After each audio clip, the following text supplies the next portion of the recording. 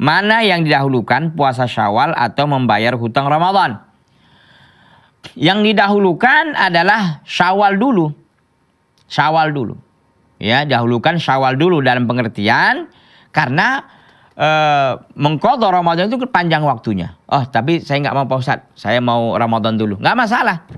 Karena juga memang Syawal ini kan panjang juga dalam pengertian sebulan kan. Sebulan penuh Syawal itu.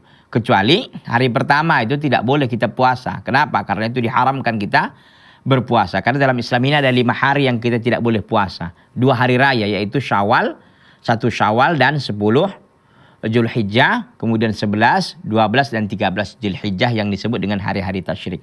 Itu tidak boleh kita melakukan puasa. Nah, kalau seandainya ada seorang yang saya apa dulu Pak Ustadz, apa namanya ini? Syawal Ramadan dulu. Boleh, nanti Syawal dilanjutkan, ya, setelah itu. Tapi saya mau apa dulu deh? Mau Syawal dulu. Boleh. Syawal dulu baru nanti diapakan di Ramadan dilanjutkan mengqadha atau membayar hutangnya. Ya, sekalipun ada yang mengatakan dia tertib. Ada yang mengatakan tertib karena menggunakan kata-kata summa.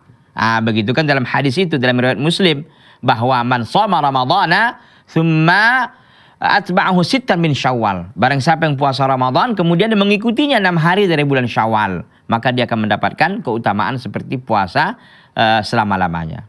Tapi tidak ada masalah, sebagian ulama boleh saja tidak tertib dalam pengertiannya. Syawal dulu dikerjakan 6 hari bulan Syawal, kemudian nanti setelah itu dilaksanakan membayar hutang Ramadan. Apalagi membayar hutang Ramadan ini kan waktunya panjang ya, sampai nanti Sya'ban.